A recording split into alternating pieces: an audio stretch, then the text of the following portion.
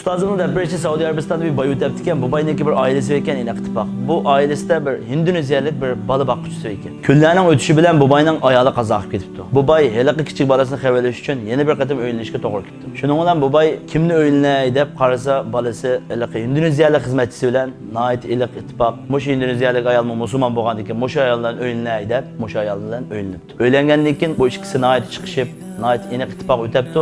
Ama bu güzel durmuş.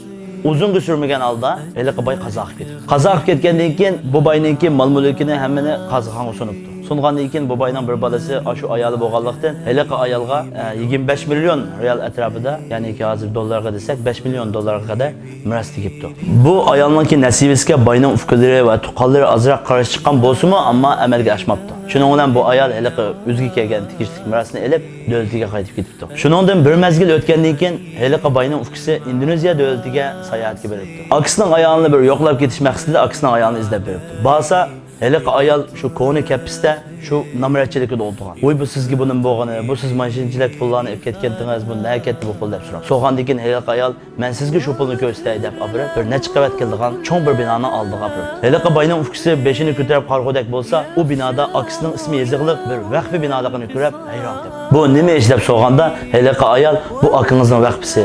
Men o'zimga tegishli bo'lgan miroslarni mush akingizning nomida vaqf qilib mishaga hammani atyapti. Bu ahvolni ko'rgan hele bayning ufqisi nihoyat xijolatchan holda o'zining burun qilgan kichik ko'zlik ve aşu ayolninki miras haqiqiy qilgan to'sqinligidan kechirim so'rab va xursand holda qaytdi. Mana bu muhabbat, mana bu vafo, mana bu sadoqat. Afsus bizningki bu muhabbat, bu vafodorlik, bu sadoqatni ifodalashimiz Facebook qezib, chambarakka chiqib, tanlazan xatimizniki ayiqni oba deb yozishlar.